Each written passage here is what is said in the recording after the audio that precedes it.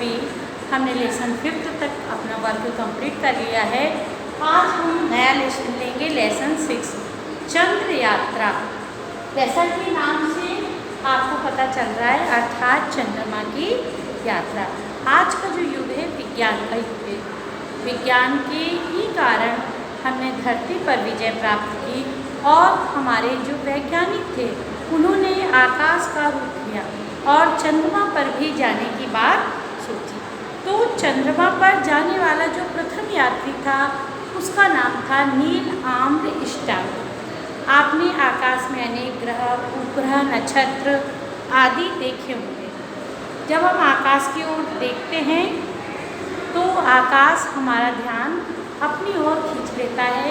जब रात्रि के समय चंद्रमा और आकाश पूरे तारों से भरा होता है तो बरबस ही हम उसकी तरफ निहारते रह जाते। कभी हमारा मन भी होता होगा कि आखिरकार उस जगह कैसा लगता होगा, हमारा मन जाने का वहाँ पर करता होगा। तो जो चंद्रमा है उस पर भी हमारी धरती की तरह ही एक धरातल है, पर वहाँ का धरातल बहुत ऊबड़ खाबड़ है। वहाँ पर बहुत बड़े बड़े गड्ढे हैं जिनको कि क्रेटर कहा जाता है। इसलिए वहाँ ना तो हवा है, ना ही वहाँ पर कोई पेड़ पौधे हैं, कोई जीवन है। तो हमारे यहाँ के वैज्ञानिकों ने जाकर के देखा कि आखिरकार चंद्रमा पर है क्या। और चंद्रमा क्या है? चंद्रमा एक पृथ्वी का उपग्रह है। पृथ्वी हमारी ग्रह है। हमारी जो सूर्य है उसके चारों ओर 9 ग्रह चक्कर लगाते हैं, जिनमें से कि एक ग्रह को हटा दिया गया है जो सूर्य से बहुत अधिक दूर था, उसका कोई मतलब नहीं था, इसलिए उस ग्रह को हटा दिया गया है। उसका नाम यूरेनस है और उसकी जगह जो है 8 ग्रह हैं जो सूर्य का चक्कर लगाते हैं। उनमें से हमारी पृथ्वी भी एक है और इस पृथ्वी का ही उपग्रह है चंद्रमा। चंद्रमा कैसे दिखाई देता है? गोल। और आपने देखा होगा कि चंद्रमा की आकृति धीरे धीरे हंसी के आकार की हो जाती है। तो देखिए, चंद्रमा पर सबसे पहले जाने वाले व्यक्ति का नाम था नील आर्मस्ट्रांग। बुधवार का दिन था, तिथि थी 16 जुलाई 1969। अमेरिका के 3 साहसी चंद्रयात्री Neil Armstrong, Edwin Aldrin, Michael Collins Apollo 11 में सवार हुए। रॉकेट था ये। उन्होंने विशेष प्रकार की पोशाक पहनी थी जो उनकी सर्दी और गर्मी दोनों से रक्षा कर सकती थी, क्योंकि ऊपर जाने पर तापमान कैसा है इसका एहसास हम नहीं कर सकते।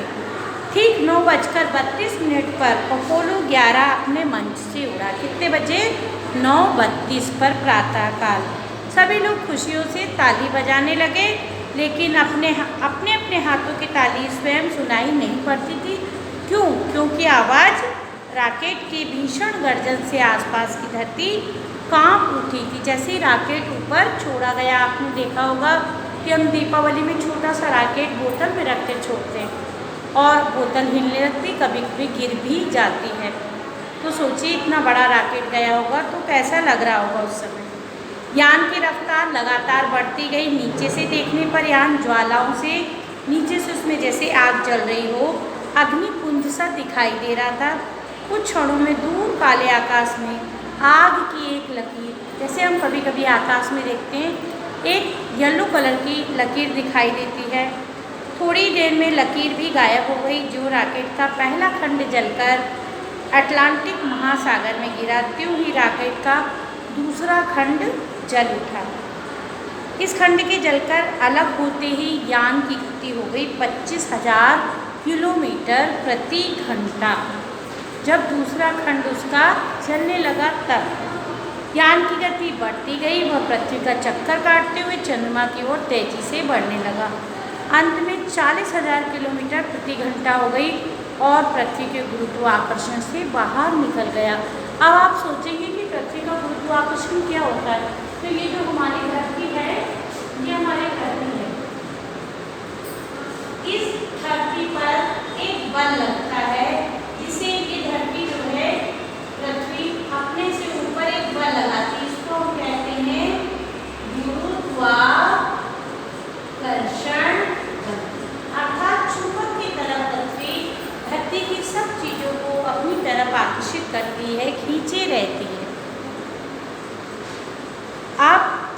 रॉकेट इसकी शक्ति से, इसका एक एरिया होता है, इस एरिया से जब ये रॉकेट बाहर निकल गया, ठीक, ये रॉकेट बाहर निकल गया तो इसकी गति हो गई 40,000 किलोमीटर प्रति घंटा।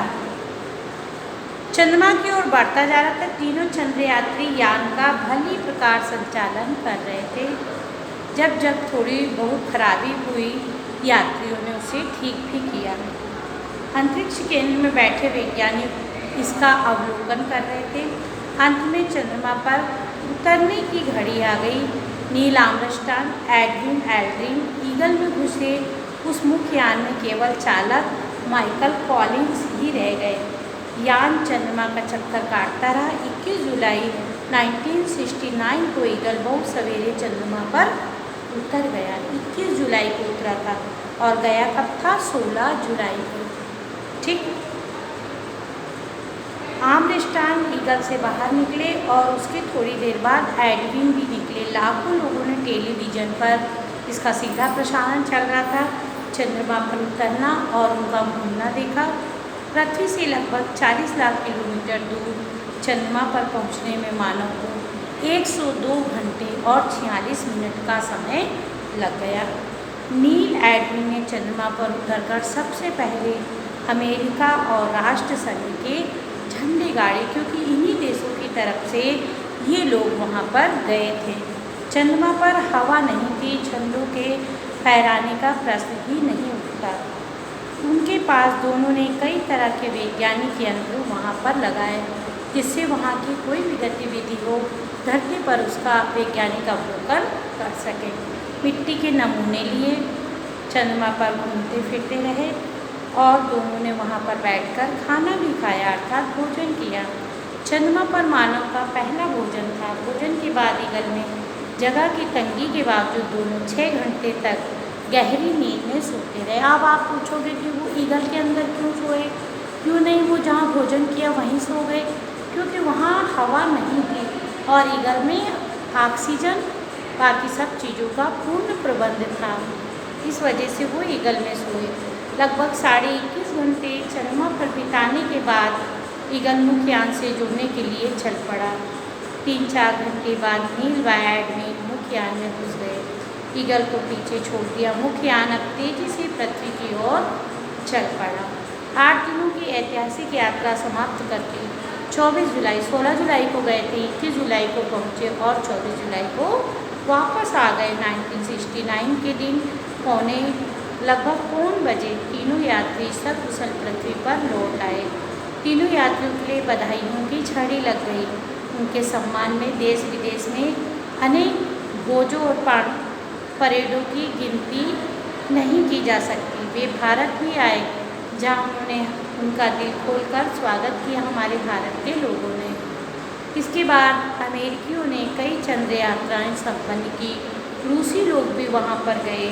तुम्हें यह जानकर खुशी होगी, भारत भी अंतरिक्ष युग में प्रवेश कर चुका है। राकेश शर्मा हमारे यहाँ से अंतरिक्ष में गए थे। भारत में केरल के तुम्बा नामक स्थान में अंतरिक्ष केंद्र स्थापित किया गया है। तो आपने देखा, आपने लेसन पढ़ लिया। अब आप इसके क्या लिखेंगे? वर्ड मीनिंग लिखेंगे।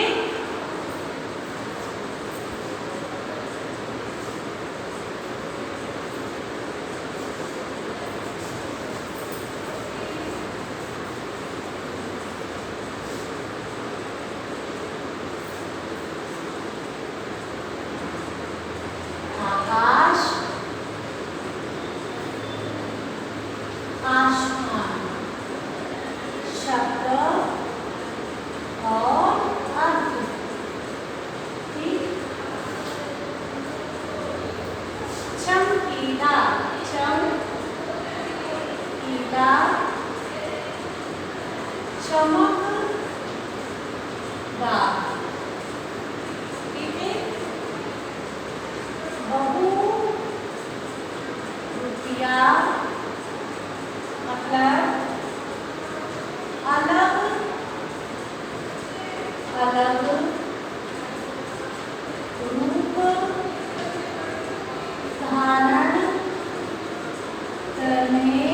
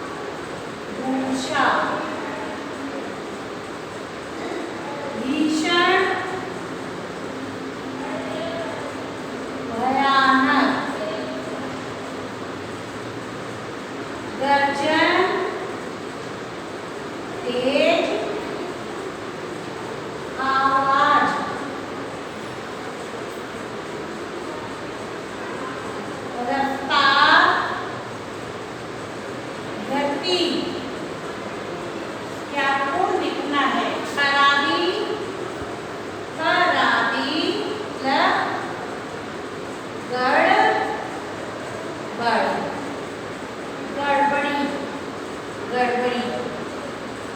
यंत्र, उपकरण, ठीक है। स्वागत, अभिनंदन। ये आपको अपनी फेक कॉपी भी करना है, वीडियो देखना है, जिससे आपको इस लेसन में क्या है समझ में आ जाएगा।